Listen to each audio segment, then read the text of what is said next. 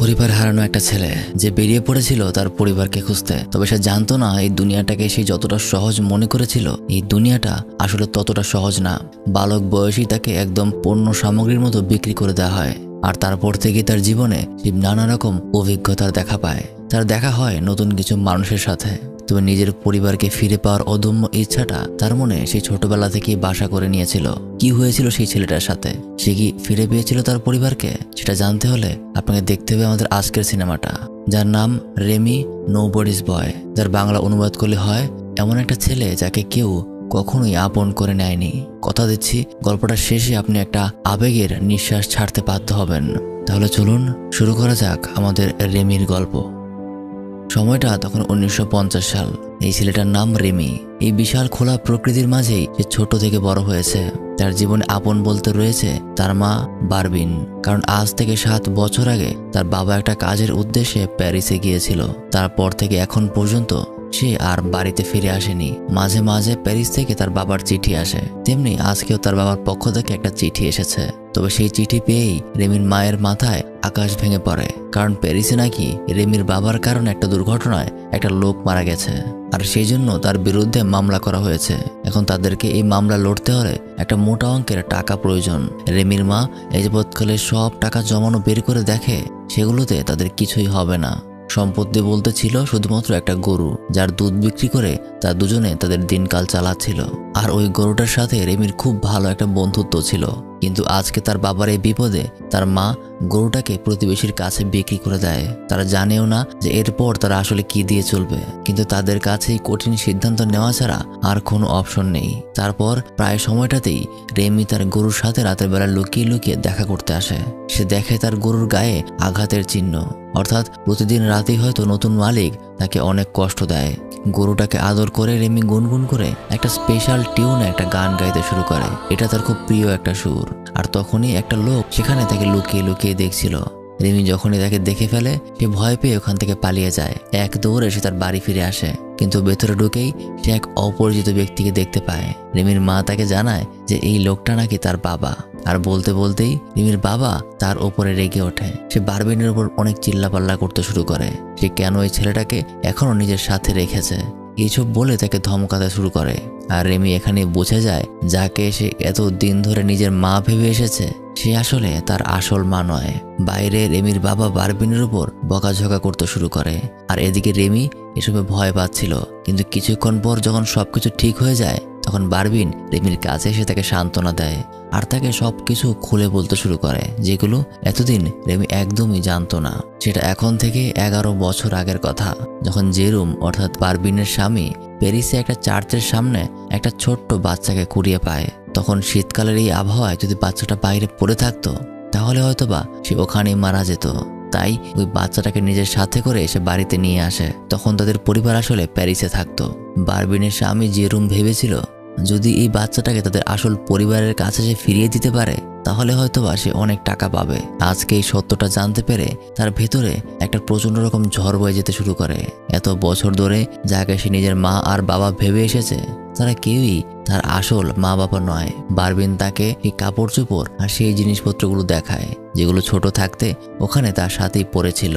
আর তখনই জেরুম সেখানে চলে আসে। সে নিজের স্ত্রীর সাথে খারাপ ব্যবহার করার জন্য তার কাছে ক্ষমাও চায়। আর এদিকে রেমি নিজের আসল বাবা মায়ের কথা ভাবতে ভাবতে সেভাবেই ঘুমিয়ে পড়ে। সকালবেলা তার মা তাকে জাগিয়ে তোলে। রাতে নাকি তার বাবার মামলার টাকা জোগাড়ের জন্য তারা একটা উপায় বের করেছে। রেমিকে তার বাবার সাথে এখানকার শহরের মেয়রের সাথে কথা বলতে হবে। যেহেতু নিজের সন্তান না হওয়া সত্ত্বেও এতদিন তাদেরকে লালন পালন করেছে, তাই হয়তোবা মেয়র তাদেরকে কিছু টাকা দেবে। কিন্তু রেমিকে সবার সামনে সত্যটা স্বীকার করতে হবে। বিষয়টা বুঝতে পেরে রেমি তার বাবার সাথে শহরের উদ্দেশ্যে রওনা হয়। এভাবেই দুপুরের মধ্যে হাঁটতে হাঁটতে তারা শহরে পৌঁছেও যায়। কিন্তু জেরেমের আচরণ একটু অন্যরকম মনে হয়। তাই সে ওখানে থেমে গিয়ে তাকে জিজ্ঞাসা করে যে আসলে মেয়রের বাড়িটা কতটা দূরে। এতটা দূরে তো হওয়ার কথা না। আর তখনই জেরেমের আসল উদ্দেশ্যটা সে বুঝতে পারে। আসলে সে রেমিকে এখানকার একটি এতিমখানায় রেখে আসতে যাচ্ছে। তাকে সে আর তাদের কাছে রাখতে চায় না, কারণ এখন তাদের নিজেদের কাছেই আসলে টাকা নেই। তাই আর একটা ছেলেকে লালন পালন করা তাদের জন্য একটা বোঝার মতো। এটা বুঝতে পেরে রেমি ওখান থেকে পালিয়ে যেতে শুরু করে। জেরুম তখন কিছু লোকজন ডেকে তার পেছনে লাগিয়ে দেয়। আর রেমি দৌড়ে গিয়ে ওখানকার একটা বারে গিয়ে লুকিয়ে পড়ে। সে লুকানোর অনেক চেষ্টা করে, কিন্তু একটা কালো কুকুর তাকে ভয় দেখিয়ে বাইরে বের করে দেয়। সাথে সাথেই জেরোমও এসে তাকে ধরে ফেলে, কিন্তু তখন তাকে বাধা দেয় একটা বৃদ্ধ লোক। লোকটার নাম ভিটালিস। সে জিজ্ঞেস করে যে ছেলেটা কেন তার কাছ থেকে পালাতে চায়, সে কি তাকে কিডন্যাপ করতে চাচ্ছে কিনা। তখন জেরোম জানায় যে না, এটা তার ছেলে না, তাই সে তাকে একটা এতিমখানায় রেখে আসতে চায়। তখন ভিটালিস তাকে একটা চমৎকার প্রস্তাব দেয়। সে বলে ছেলেটাকে এতিমখানায় না দিয়ে তার কাছে বিক্রি করে দিতে। এতিমখানায় দিলে হয়তো সে কোনো টাকা পাবে না, কিন্তু তার কাছে দিলে সে টাকাও পাবে। জেরোম কিছুটা চিন্তা করে রেমিকে 30 ফ্রাঙ্কের বিনিময়ে তার কাছে বিক্রি করে দেয়। মিস্টার ভিটালিস তখন তার হাতে একটা বেল্ট লাগিয়ে তাকে পুরো শহরের সামনে দিয়ে দড়ি ধরে নিয়ে যেতে শুরু করে। তাকে নিয়ে সে প্যারিসে চলে যাবে। সেখানে যাওয়ার রাস্তাটা রেমিদের বাড়ির সামনে দিয়েই ছিল। যাওয়ার সময় রেমির মা বারবিন দূর থেকে তার ছেলেকে দেখছিল। ভিটালিস তাকে অনেকটা টেনে হিঁচড়ে নিয়ে যাচ্ছে, আর এদিকে জেরোম বারবিনকে একদম আটকে ধরে রেখেছে। আর সেটাই ছিল তার ছেলের সাথে তার শেষ দেখা। আচ্ছা, গল্পের বাকি অংশে যাওয়ার আগে আপনাদের থেকে ঠিক 1 মিনিট সময় চেয়ে নিচ্ছি আমাদের আজকের ভিডিও স্পন্সর সম্পর্কে কয়েকটা ছোট্ট কথা বলার জন্য। মোস্টপ্লে হলো বাংলাদেশের সবচেয়ে মজার এবং বিশ্বস্ত অনলাইন গেমিং অ্যাপ। এখানে রেজিস্ট্রেশন করলেই পাবেন 150 টাকা ফ্রি বোনাস, প্রতি রেফারে পাবেন আনলিমিটেড 1200 টাকা। সাইন আপ করতে আমার প্রোমো কোড টিউব 150 ব্যবহার করলেই পাবেন আরও 150 টাকা ফ্রি। মোস্টপ্লে দিচ্ছে আপনাকে প্রথম ডিপোজিটেই 100% বোনাস, আর প্রতিদিন 25% রিলোড বোনাস। আপনার জন্মদিনে 2000 টাকা তো আছেই, সাথে 288% স্লট বোনাস নিয়ে খেলুন আর জিতুন আনলিমিটেড। এছাড়া প্রথম উইথড্রতে পাবেন 88 টাকা বোনাস। তাই সকল বোনাস পেতে আমার পিন কমেন্ট থেকে মোস্টপ্লে অ্যাপটা বিনামূল্যে রেজিস্ট্রেশন করুন আর আপনার উপার্জনের যাত্রা শুরু করুন। এবার চলুন আবার গল্পে ফিরে আসি। এদিকে ভিটালিস আর রেমি রাতের বেলা ওখানকার ছোট্ট একটা ফার্ম হাউসে আশ্রয় নেয়। ভিটালিস এতক্ষণে ঘুমিয়ে পড়েছে, আর এটা দেখতে পেয়ে রেমি একটু পালিয়ে যাওয়ার চিন্তা করে, কিন্তু দরজা খোলার সাথে সাথে বাইরে থেকে ভয়ানক নেকড়েদের ডাক শুনে রেমি অনেক ভয় পেয়ে যায়। পেছনে ঘুরতেই সে দেখে ভিটালিস আসলে তখনও ঘুমায়নি। সে রেমিকে খুব সুন্দর মতো বোঝায় যে তার বাবা তাকে তার কাছে বিক্রি করে দিয়েছে। এখন সে চাইলেও ফ্যামিলির কাছে আর ফেরত যেতে পারবে না। তার বাবা মা তো তাকে রাখতেই চায় না। এই দুনিয়াটা আসলে অনেক অনেক বেশি নিষ্ঠুর, এখানে টিকে থাকাটা অনেক কঠিন। সে রেমিকে ভালো মতো বোঝায় যদি সে ভিটালিসের সাথে টিকে থাকতে পারে তাহলে সে দুনিয়া ঘুরতে পারবে। রেমি তখন চিন্তা করে আসলেই তো তার বাবা আর মা তো তাকে রাখতেই চায় না, তারা তাকে বোঝা মনে করে। তাদের কাছে সে কিভাবে ফিরে যাবে, তাই সে পালিয়ে যাওয়ার চিন্তাটাও মাথা থেকে ঝেড়ে ফেলে। তার সাথে তেমন কিছুই ছিল না, ছিল শুধুমাত্র সেই জিনিসগুলো যেগুলো সহ তাকে পাওয়া গিয়েছিল একটা চার্চের সামনে। তার পরদিন ভিটালিস রেমিকে কাছের একটা শহর থেকে কিছু ভালো জামা কাপড় কিনে দেয়, তাকে বিভিন্ন বিষয় সম্পর্কে বোঝাতে শুরু করে। কিন্তু রেমি তখন প্রশ্ন করে যে কেন সে তার পেছনে আসলে টাকা খরচ করছে, সে তো তাকে কিছুই দিতে পারবে না, তার কাছে তো দেওয়ার মতো কিছু নেই। তখন ভিটালিস তাকে জানায় যে রেমির গানের কণ্ঠ আসলে খুবই ভালো। আসলে গল্পের শুরুতে রেমি যখন গরুর সাথে দেখা করতে গিয়েছিল তখন পেছন থেকে যে লোকটা তাকে দেখছিল এটাই ছিল ভিটালিস, যাকে দেখে আসলে সে ভয়ে পালিয়ে গিয়েছিল। ভিটালিস একজন মিউজিশিয়ান, পাশাপাশি সে একটা সার্কাস চালায়। মিউজিক আর সার্কাস করেই তার দিন পার হয়ে যায়। সেখানে যেহেতু রেমির গান অনেক ভালো, তাই সে সার্কাসে রেমির গানের প্রতিভাটাকে ব্যবহার করতে চায়। তার কাছে একটা কুকুর আর একটা ছোট বানরও ছিল। কুকুরটার নাম সে রেখেছে ক্যাপ্টেন ক্যাপি, আর বানরটার নাম লাভলি হার্ট। তাদেরকে নিয়ে এসে আজকে শহরের সব রকমের কেরামতি দেখাচ্ছিল। মানুষজন সবাই তাদের এরকম সার্কাসে খুব আনন্দ পায়। আর হঠাৎই সে সেখানে রেমিকে সবার সামনে নিয়ে আসে। সে তাকে সবার সামনে সেদিনকার ওই গানটা শোনাতে বলে যেটা সে ফার্ম হাউসে গিয়েছিল। কিন্তু রেমির কাছে মানুষের সামনে গান গাওয়া আসলে একদমই নতুন। এতগুলো মানুষকে দেখে সে ভয় পেয়ে যায়, যে ওখান থেকে পালিয়ে যেতে ধরে। আর তখনই কাদার মধ্যে পড়ে গিয়ে জামা কাপড় সব নষ্ট হয়ে যায়। আজকে এই ঘটনায় রেমি মিস্টার ভিটালিসের উপর অনেক রাগ দেখাতে শুরু করে। সে কেন তাকে এতগুলো মানুষের সামনে আসলে এভাবে নিয়ে আসলো। ভিটালিস তাকে অনেক বোঝানোর চেষ্টা করে, কিন্তু রেমি ছোট মানুষ, তাই রাগটা আসলে এখন অনেক বড়। রেমি রাগ দেখিয়ে ঘাসের উপর বসেছিল। তখন ক্যাপ্টেন ক্যাপি তার কাছে বিশেষ একটা চিঠি নিয়ে আসে, আর রেমি ওই চিঠি নিয়ে মাস্টার ভিটালিসের কাছে ফিরে যায়। ওটার ভিতরে ছিল একটা নিউজ পেপার, সেটা আজ থেকে 25 বছর আগের একটা নিউজ, যখন ভিটালিস ছিল একজন বড় মাপের মিউজিশিয়ান। সে তার সময় এত সুন্দর ভায়োলিন বাজাতো যার কারণে পুরো দেশে তার সুনাম ছড়িয়ে গিয়েছিল। এটা দেখে রেমি বুঝতে পারে যে তারই মাস্টার অর্থাৎ ভিটালিস কোনো সাধারণ ব্যক্তি না, তার খুব সুন্দর একটা অতীত ছিল। কিন্তু নিউজ পেপারে কি লেখা আছে এটা রেমি পড়তে পারে না। কারণ ছোটবেলায় টাকার অভাবের কারণে সে কখনোই আসলে স্কুলে যেতে পারেনি। ভিটালিস তাকে নিজে থেকে সমস্ত ঘটনা খুলে বলে। ভিটালিস তাকে বলে সে যদি চায় তাহলে সে তাকে পড়তে আর লিখতে শেখাবে, যাতে করে সে তার মায়ের কাছে চিঠি লিখতে পারবে। যদি সে ভালো মতো গানটা শেখে আর অনুষ্ঠানে ভালো পারফর্ম করতে পারে তাহলে সে তার মাকে অর্থাৎ বারবিনকে টাকাও পাঠাতে পারবে। তখন হয়তো সে আর তার পরিবারের কাছে একদম বোঝা হয়ে থাকবে না। হয়তো সে তার মায়ের সাথে তখন দেখাও করতে পারবে আর অনেক টাকা হলে তার কাছে ফিরেও যেতে পারবে। এটা শুনে রেমি অনেক খুশি হয়ে যায়। তাই তখন থেকেই ভিটালিস তাকে ইংরেজি অক্ষরগুলো শেখাতে শুরু করে। ধীরে ধীরে সময় যেতে থাকে আর রেমি তার শিক্ষা চালিয়ে যেতে থাকে।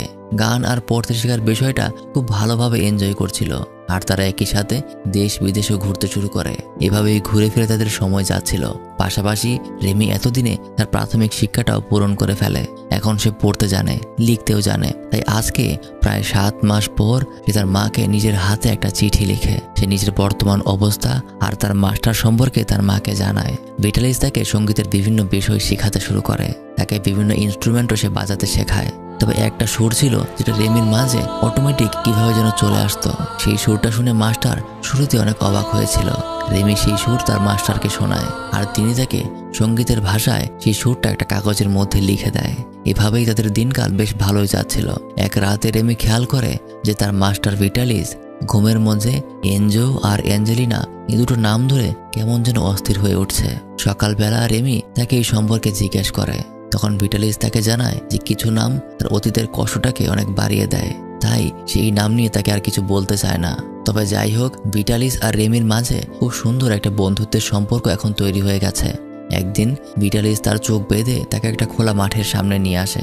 তাকে বলে সে যেন নিজের মন থেকে সেই সুরটা গাওয়ার চেষ্টা করে যেটা তার মাঝে অটোমেটিক চলে আসে। যেহেতু রেমির চোখ বাঁধা তাই সে কিছু দেখতে পায় না। নিজের ভেতরের সবকিছু আবেগ দিয়ে সে সেই সুরটাকে গাইতে শুরু করে, যা শুনে মাস্টার নিজেও খুব অবাক হয়ে যায়। তার যখন গাওয়া শেষ হয় তখন তিনি তার চোখ খুলে দেন আর তখন রেমি দেখতে পায় যে তার সামনে অনেকগুলি কৃষক মাঠে কাজ করছিল আর তার গান শুনে সকলেই অনেক মুগ্ধ, যার কারণে এবার রেমি নিজের মধ্যেকার পুরো আত্মবিশ্বাস নিয়ে সেই গানটা গাইতে শুরু করে, যেটা সকলেরই মন ছুঁয়ে যায়। এরপর থেকে তার ভেতরকার এই জড়তাটা একদম কেটে যায়। এখন সে সবার সামনেই খুব সাবলীলভাবেই গান গাইতে পারে। একদিন এভাবেই তারা পিকনিকে বাচ্চাদের মনোরঞ্জন করছিল।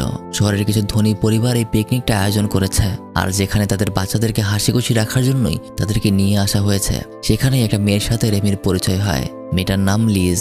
লিজ জন্ম থেকেই আসলে শারীরিক প্রতিবন্ধী। সে নিজের পায়ে হাঁটতে পারে না, তাই তাকে সবসময় হুইল চেয়ারে থাকতে হয়। সেখানে রেমির সাথে তার একটা ভালো বন্ধুত্ব হয়। লিজের মা এই বিষয়টা দেখে অনেক খুশি হয়ে যায়। লিজ অন্তত তার একটা বন্ধু পেয়েছে। তারপর একদিন সেই শহরেরই আরেকটা জায়গায় ভিটালিস রেমিকে নিয়ে তার একটা শো চালাচ্ছিল। তখন শহরের কিছু নিরাপত্তা বাহিনী এসে তাদেরকে থামিয়ে দেয়। তারা তাদেরকে জিজ্ঞাসা করে যে কার অনুমতি নিয়ে তারা এখানে শো চালাচ্ছে। তখন ভিটালিস তাদেরকে কিছুই বলতে পারে না, কারণ আসলে তাদের কাছে তেমন কোনো অনুমতি নেই। তারা অনেকটা ভবঘুরে ভাবেই রাস্তায় রাস্তায় মানুষকে এভাবে মনোরঞ্জন করে বেড়ায়, তাই আসলে কখনোই তাদের তেমন অনুমতির প্রয়োজন হয়নি। কথাবার্তা তখনও ঠিকঠাকই ছিল, কিন্তু যখন কথা কাটাকাটিতে সেখানকার একজন অফিসার রেমির গায়ে হাত তোলে তখন তাদের কুকুরটা অর্থাৎ ক্যাপ্টেন ক্যাপি রেগে গিয়ে তার হাতে কামড় বসিয়ে দেয়। এই জন্য তার বিরুদ্ধে মামলা হয় আর তাকে আদালতে নিয়ে যাওয়া হয়। কিন্তু তার অপরাধটা অনেক ছোট হওয়ার কারণে তাকে মুক্ত করে দেওয়া হয়। কিন্তু আদালত অর্ডার করে তাকে তার পরিচয় জানাতে হবে, কারণ তার যে পরিচয় সে দিয়েছে এটা আসলে তার সত্যি পরিচয় নয়। ভিটালিস আসলে একটা ছদ্ম নাম আর পরিচয় নিয়ে ঘুরে বেড়াচ্ছে। তখন তাকে তার পরিচয় জিজ্ঞেস করা হলে সে আর কিছুই বলে না। সে একদম চুপচাপ দাঁড়িয়ে থাকে। নিজের পরিচয় না দেওয়ার জন্য তাকে 2 মাসের কারাদণ্ড দেওয়া হয়।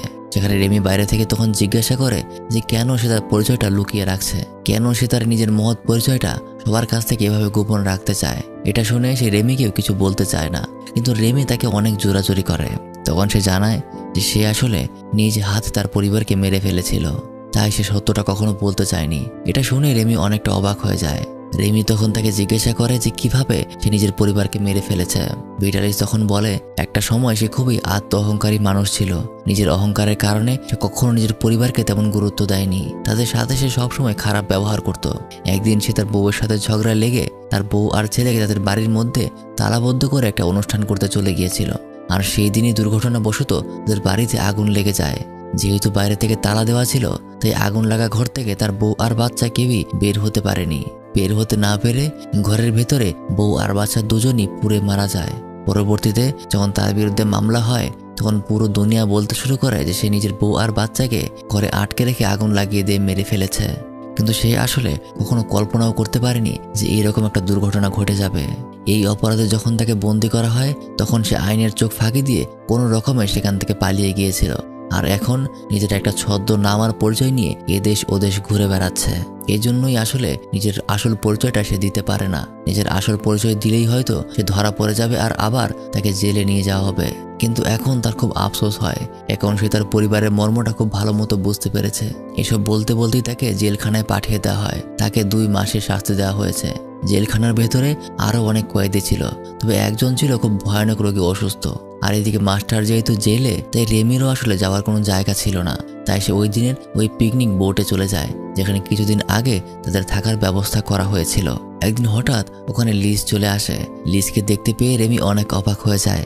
লিজ ওখানে রেমির ছোটবেলার সেই কাপড় চোপড়গুলো দেখে তাকে জিজ্ঞাসা করে এই বাচ্চাদের কাপড় চোপড় তার কাছে কিভাবে এলো।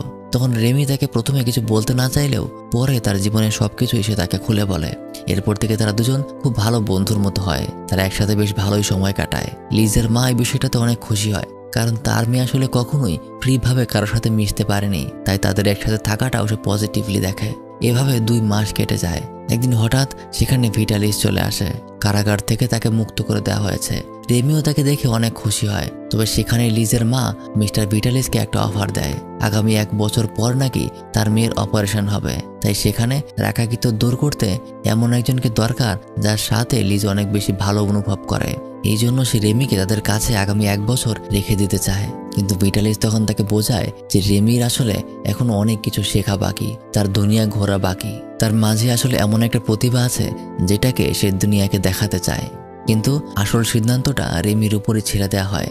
সে যা চাইবে আসলে তাই হবে। তারপর সেদিন রাতে রেমি অনেক চিন্তা ভাবনা করে। সে সিদ্ধান্ত নেয় যে তাকে দুনিয়ায় দেখতে হবে। তার এখনো অনেক কিছু শেখা বাকি, তাকে তার উদ্দেশ্য পূরণ করতে হবে। তাই সে পরদিন লিজ আর তার পরিবারকে বিদায় জানিয়ে তার মাস্টারের সাথে চলে যেতে শুরু করে। অবশ্য লিজের জন্য বিষয়টা মেনে নেওয়া অনেক কঠিন ছিল, কারণ রেমি ছিল তার জীবনের একমাত্র বন্ধু। কিন্তু যেহেতু এটা রেমির সিদ্ধান্ত ছিল, তাই তারও আসলে কিছু করার ছিল না। আবারও শুরু হয় তাদের অজানা পথের এক যাত্রা। এখান থেকে সামনের শহরে যেতে হলে তাদেরকে একটা জঙ্গল পাড়ি দিয়ে যেতে হবে। কিন্তু বোঝা যায় ভিটালিসের একটা গুরুতর রোগ হয়ে গেছে।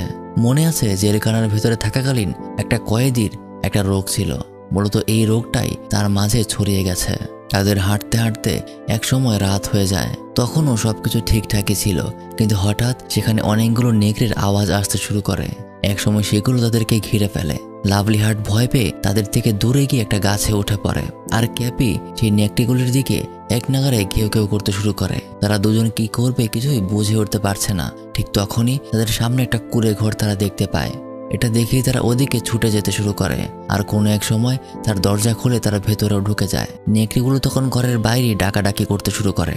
এভাবেই সকাল হয়ে যায়। সকালবেলা তারা দুজন লাভলি হার্টকে জঙ্গলের আশেপাশে খুঁজতে শুরু করে, আর হঠাৎ দেখা যায় সে একটা গাছের উপর অসুস্থ হয়ে পড়ে আছে। আর ওখান থেকে তারা তাকে নামিয়ে ফিরে যায় শহরের দিকে। লাভলি হার্ট আসলে ঠিক মতো নিঃশ্বাস নিতে পারছে না। তার চিকিৎসা করানোর জন্য ভিটালিস পাশের একটা বড় হোটেলে গিয়ে একটা ভালো রুম ভাড়া করে, আর লাভলি হার্টের চিকিৎসার জন্য সে একটা ভালো ডাক্তারও নিয়ে আসে। ডাক্তার তাদেরকে জানায় যে তার নিউমোনিয়া হয়েছে, আর তখনকার সময় নিউমোনিয়া মানে নিশ্চিত মৃত্যু। ভিটালিসের আচরণে ডাক্তার বুঝে যায় যে তার নিজেরও একটা জটিল রোগ হয়েছে। তাই ডাক্তার তাকেও ওয়ার্নিং দেয়, যদি সে সঠিক চিকিৎসা না করে তাহলে তার নিজের মৃত্যু অনেক কাছাকাছি চলে আসছে। তবে এখন তার কাছে খুব বেশি টাকা নেই। তার সমস্ত টাকাই আসলে শেষ হয়ে গেছে। তাদের খাবার দেওয়ার জোগানোর মতো টাকাও আসলে তার কাছে এখন বাকি নেই। কিন্তু ভিটালিস এটা নিয়ে তেমন চিন্তা করছে না, কারণ আজ রাতে তার কাছে একটা প্ল্যান রয়েছে, সেটাই সে করবে। প্ল্যান অনুযায়ী রাতে দেখা যায় ভিটালিস সকলের সামনে নিজের ভায়োলিনটা নিয়ে উপস্থিত হয়। আজকে প্রায় 25টা বছর পর যার পুরনো ভায়োলিন আবার হাতে নিয়েছে। প্রয়োজনের মুহূর্তে এটা করা ছাড়া এখন তার হাতে আর কোনো উপায় নেই। সে সকলের সামনেই ভায়োলিন বাজাতে শুরু করে, আর তার সুর সকলকেই সেই যুবক ভিটালিসের স্বাদ এনে দেয়।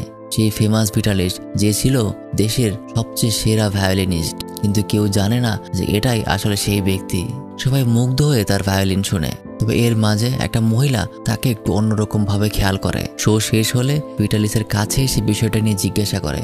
সে বলে যে তার এই মিউজিক তার কাছে অনেক বেশি পরিচিত, মনে হয় সে খুব ফেমাস কারো ভায়োলিন শুনছে। তখন ভিটালিস তাকে জানায় সে শুধুমাত্র একজন কপি আর্টিস্ট, সে বড় বড় আর্টিস্টদের আসলে কপি করতে জানে, তাই তার কাছে এমনটা মনে হয়েছে। মেয়েটার কাছে সে তার নিজের পরিচয় জানায় না, কিন্তু তবুও মেয়েটা খুশি হয়ে তাকে একটা গোল্ড কয়েন দিয়ে যায়। এটা দেখে খুশি হয়ে যখন রেমি লাভলি হার্টকে দেখাতে আসে তখন বোঝা যায় যে লাভলি হার্ট অনেক আগেই মারা গিয়েছে। এতে তারা দুজনই অনেকটা দুঃখী হয়। লাভলি হার্টকে তারা একটা নির্দিষ্ট জায়গায় দাফন করে, আর সেখান থেকে পার হয়ে যায় অনেকটা সময়। ভিটালিসের শরীরও এখন অনেকটা খারাপের দিকে চলে গিয়েছে। তারা যে স্বর্ণ মুদ্রাটা পেয়েছিল সেটা দিয়েই তারা কোনো রকম এখন চলতে পারছে, কিন্তু ডাক্তার তাকে বারবার ওয়ার্নিং দেয় যে আপনি যদি এখনো হসপিটাল চিকিৎসা না নেন তাহলে আপনাকে আমাদের পক্ষে আর বাঁচানো সম্ভব হবে না। কিন্তু তবুও সে চিকিৎসা না নেওয়ার কথাই তাকে জানিয়ে দেয়। এতদিনে রেমি নিজেও নিজের ছোটখাটো শো পারফর্ম করা শিখে গেছে।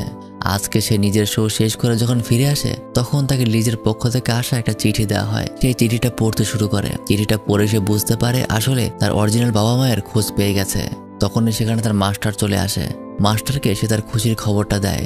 সে জানায় কিছুদিন আগে লিজ তার মায়ের কাছে থাকা একটা আর্টিকেলে 10 বছর আগে একটা ফ্যাশন ডিজাইন দেখতে পায়। এখানে কিছুটা খেয়াল করতেই লক্ষ্য করে ওখানে যে ধরনের ডিজাইন কাপড় ব্যবহার করা হতো রেমির সেই ছোটবেলার কাপড়গুলো একদম হুবহু একই রকম, আর তখন সেটা শুধুমাত্র রয়্যাল ফ্যামিলির মানুষগুলোই ব্যবহার করত। তাই বিষয়টা নিয়ে খোঁজ লাগালে সে জানতে পারে একটা পরিবার আছে যারা আজ থেকে 10 বছর আগে তার সন্তানকে হারিয়েছিল। এটা জানতে পেরে রেমির মতো তার মাস্টারও অনেক বেশি খুশি হয়। তারা সাথে সাথেই প্যারিসে চলে যায়, আর সেখানে গিয়ে যে ব্যক্তি তার আসল বাবা মায়ের খোঁজ জানে তার সাথে গিয়ে দেখা করে। লোকটার নাম মিলিগান। সেখানে মিলিগান বিষয়টা দেখে অবাক হয় যে তার কাছে সেই জিনিসগুলো এখনো আছে। তাই সে রেমিকে তাদের আসল বাবা মায়ের কাছে নিয়ে যায়। সিচুয়েশন দেখে বোঝা যায় যে এই পরিবারটা আসলে একটা সময় অনেক ধনী ছিল, কিন্তু এখন গরিব হয়ে গেছে। তাদের বাড়িটা এখন ভাঙাচোরা অবস্থায় পড়ে আছে। তখন একটা মহিলা বাইরে এসে রেমিকে জড়িয়ে ধরে। পাশাপাশি ভেতরে গিয়ে তারা আজ থেকে 10 বছর আগে ঘটে যাওয়া সেই দুর্ঘটনা সবকিছু নিয়ে আলাপ আলোচনা করতে থাকে। তারা জানায় যে ওই সময়টা নাকি পারিবারিক একটা সমস্যার কারণে এমনটা হয়, যেখানে তাদের কিছুই আসলে করার ছিল না। তার বাবা নাকি ওই সময়টাতে একটা পরকীয়া প্রেম করছিল। যার সাথে প্রেমে ছিল সেই মহিলাটা আসলে তেমন ভালো ছিল না। প্রতিশোধ নেওয়ার জন্য রেমিকে চুরি করে নিয়ে গিয়েছিল। কিন্তু এসব কথা শুনে মাস্টারের কেমন একটা সন্দেহ হয়, কিন্তু এরাই আসলে তার পরিবার, তাই তার তেমন কিছু করার ছিল না। মাস্টার রেমিকে বিদায় দিয়ে সেখান থেকে চলে যায়। যাবার আগে সে রেমিকে সেই নোটটা দিয়ে যায় যেখানে রেমির প্রিয় সুরের একটা মিউজিক্যাল নোট সে লিখে দিয়েছিল। কিন্তু এখনো কেমন জানি রেমির মাঝে একটা চেপে থাকা কষ্ট আছে। এই লোকগুলিকে তার কেন যেন আপন মনে হচ্ছে না। তার মনেই হচ্ছে না যে এই মহিলাটা তার মা হতে পারে। মাঝ রাতে হঠাৎ তার মুখের উপর পানির এক ফোঁটা এসে পড়ে। সে খেয়াল করে যে তার উপরে ছাদ আসলে ভাঙা। পাশাপাশি যখন কিছু বিষয় সে খতিয়ে দেখার জন্য বাইরে আসে তখন সেখানে সে ড্রয়ারে রেমি অদ্ভুত স্বর্ণে বাঁধানো দাঁত দেখতে পায়। সেখানে বিভিন্ন দামি ঘড়ি আর জিনিসপত্রও সে দেখতে পায়। এগুলো নিয়ে উল্টা পাল্টা ভাবতে ভাবতেই তার পেছনে সেই মহিলাটা চলে আসে। তার কথায় সে নিশ্চিত হয়ে যায় যে এই মহিলাটা তার আসল মা নয়। তখন রেমি ওখান থেকে পালিয়ে যেতে শুরু করে, কিন্তু পথেই মিলিগান এসে তাকে আটকে নেয়। তারা সবাই রেমিকে ভেতরে চেয়ারে বসে মেরে ফেলার প্রস্তুতি নিতে শুরু করে। আর ঠিক তখনই সেখানে মাস্টার এসে রেমিকে বাঁচিয়ে নেয়। মাস্টারের সাথে তাদের হাতাহাতি লেগে যায়। মাস্টার তাদেরকে জিজ্ঞাসা করে যে কেন সে এসব করছে। তখন ওখানকার একটা বৃদ্ধ লোক জানায় যে তারা কেউই আসলে রেমির আপন কেউ নয়, তবে মিলিগান হচ্ছে রেমির আপন চাচা। সে তাদেরকে টাকা দিয়েছে যেন তারা ছেলেটাকে মেরে ফেলে। আর যে রেমির আসল বাবা সে অনেক আগেই মারা গিয়েছে। আজ থেকে 11 বছর আগে যখন তাদের পরিবারের সবকিছুই ঠিক ছিল তখন রেমির চাচা সকল সম্পত্তি নিজে হাতিয়ে নেওয়ার জন্য রেমিকে তার পরিবার থেকে আলাদা করে একটা চার্চের সামনে ফেলে এসেছিল। আর রেমির বাবাকেও সে একটা ষড়যন্ত্র করে মেরে ফেলে। আর এসব শোনার পর মাস্টার তাদের কাছ থেকে রেমির আসল মায়ের ঠিকানা নিয়ে রেমিকে সাথে করে নিয়ে সেই উদ্দেশ্যে রওনা হয়। তবে এই তুষার বরফের মাঝখানে তাদের রাস্তাটা খুবই কঠিন হয়ে পড়েছে। এই শহরের একদম শেষ প্রান্তে রেমির মা একা একটা বাড়িতে থাকে। সেদিকেই তারা যেতে শুরু করে। যাওয়ার পথে রেমি ঠান্ডায় খুবই অসুস্থ হয়ে পড়ে, কিন্তু তার মাস্টার তাকে নিজের বুকে আঁকড়ে রাখে আর তাকে নিয়ে সামনের দিকে এগিয়ে যেতে শুরু করে। একদম শেষে সে একটা বাড়ির মতো কিছু একটা ছায়া দেখতে পায়। এই আশা নিয়ে সেদিকেই এগোতে শুরু করে, কিন্তু দেখা যায় যে রাস্তাটা আসলে তখনও শেষ হয়নি। এটা শুধুমাত্র একটা পরিত্যক্ত চার্চ। তাই আপাতত রাতটা কাটানোর জন্য তারা ওখানেই বসে পড়ে। তবে বোঝা যায় যে মাস্টারের হাতে খুব একটা সময় বাকি নেই। মাস্টার অনেক বেশি অসুস্থ হয়ে পড়েছে। সেখানেই সে রেমিকে সেই সুরটা একবার গিয়ে শোনাতে বলে। রেমি তখন তাই করে, আর এভাবেই তার সুর শুনতে শুনতে মাস্টার নিজের শেষ নিঃশ্বাস ত্যাগ করে। রেমি তাকে জড়িয়ে ধরে কাঁদতে শুরু করে, আর সে দেখে দূর থেকে কিছু মানুষজন তার দিকে এগিয়ে আসছে। আর দেখতে দেখতেই রেমি নিজের জ্ঞান হারিয়ে ফেলে। সকালে যখন সে ঘুম থেকে ওঠে, সে নিজেকে একটা বিছানায় খুঁজে পায়। তার সামনে একটা মহিলা জিজ্ঞাসা করছে যে সে কেমন আছে। সেখানে তখন ক্যাপিও চলে এসেছে। সে উঠেই তার মাস্টারের কথা জিজ্ঞেস করে। তখন মহিলাটা জানায় যে তার মাস্টার আর বেঁচে নেই। শুনে রেমি অঝরে কাঁদতে শুরু করে। তাকে সে ওভাবে রেখেই ঘর থেকে বের হয়ে যায়। বোঝা যায় যে মহিলা আসলে অনেক ধনী। তার কাছে খবর আসে যে বাইরে তার মৃত হাজবেন্ডের ভাই তার সাথে দেখা করতে এসেছে। আর দেখা যায় এই লোকটা আর কেউ নয়, সেটা মিলিগান। অর্থাৎ এই মহিলাটাই আসলে রেমির আসল মা। কিন্তু এই কথাটা এই মহিলা নিজেও যেমন জানে না, সেটা রেমিও জানে না। গত রাতে দূর থেকে সেই পরিত্যক্ত চার্চের সামনে দুজনকে দেখে সে একটা লোক পাঠিয়েছিল। আর এই খবর জানতে পেরেই মিলিগান রেমিকে এখান থেকে নিয়ে যেতে এসেছে। কারণ যদি রেমি জানতে পারে যে এটাই তার আসল মা, তাহলে তার সমস্যা হয়ে যেতে পারে। কিন্তু সেই মহিলা এই ছোট ছেলেটাকে এখান থেকে কিছুতেই নিয়ে যেতে দেবে না। এই বলে সে ভেতরে চলে যায়। আর ভেতরে যাওয়ার পরে সে রেমির ছোটবেলার কাপড়গুলো দেখে অনেক অবাক হয়ে যায়, এগুলো তার কাছে কিভাবে এলো। আর ঠিক তখনই তার হাতে রেমি সুরের সেই নোটটা এসে পড়ে। সে মিউজিকের ভাষা বুঝতো। এই নোট পড়ার সাথে সাথেই তার ভেতরটা একদম আঁতকে উঠতে শুরু করে। সাথে সাথেই সে রেমির সাথে দেখা করে আর তাকে জিজ্ঞাসা করে যে কিভাবে সেই নোটটা পেল, আর তার সাথে এই ছোট বাচ্চাদের জিনিসপত্র এগুলোই সে কিভাবে পেল। তখন রেমি তাকে সবকিছু গুছিয়ে বলতে শুরু করে যে সে আসলে এখানে তার নিজের মাকে খুঁজতে এসেছে। সে ছোটবেলায় হারিয়ে গিয়েছিল। এটা শুনতে পেরে সেই মহিলারও আর বোঝার বাকি থাকে না যে রেমিই আসলে তার হারিয়ে যাওয়া সেই সন্তান। তারা একে অপরকে জড়িয়ে ধরে। এক সন্তান তার মাকে ফিরে পায়, আর এক মা ফিরে পায় তার সন্তানকে। পরে রেমি যখন মিলিগানের ব্যাপারে সবকিছু তাকে খুলে বলে, তখন মিলিগানকেও আইনের আওতায় আনা হয় আর তার মাস্টারকে সম্মানের সাথে দাফন করা হয়। যেখানে রেমি প্রায় সময়টাতেই ক্যাবিকে নিয়ে ঘুরতে আসে। তার জীবনে সেই মাস্টার ছিল একজন মহৎ ব্যক্তি, যে তাকে তার পরিবারকে ফিরিয়ে দিয়েছে। সে শিখিয়েছে কিভাবে এই স্বার্থপর পৃথিবীতে বেঁচে থাকতে হয়। আর এতক্ষণ এই সম্পূর্ণ ঘটনাটা রেমি নিজেই তার সামনে থাকা বাচ্চাদের শোনাচ্ছিল। এখন বর্তমানে সময়টা হলো 2018 সাল। এতদিনে রেমি অনেক বৃদ্ধ হয়ে গেছে। তার বর্তমান বয়স আসলে এখন 88। আর তার এই জীবনের সম্পূর্ণ ঘটনাটা শুনে বাচ্চারাও অনেক ইমোশনাল হয়ে যায়। সে জিজ্ঞাসা করে যে আপনার প্রথম মা মিসেস বারবিনের কাছে আপনি কখনো যাননি?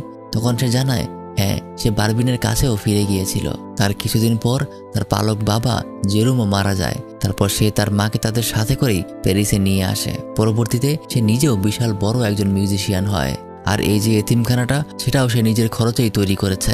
এসব ভাবতে ভাবতেই সে তার নিজের রুমে চলে আসে। নিজের ঘুমিয়ে থাকা স্ত্রীকে সে লিজ নাম করে সম্বোধন করে। অর্থাৎ এটাই সেই লিজ, সেই ছোটবেলার বন্ধু।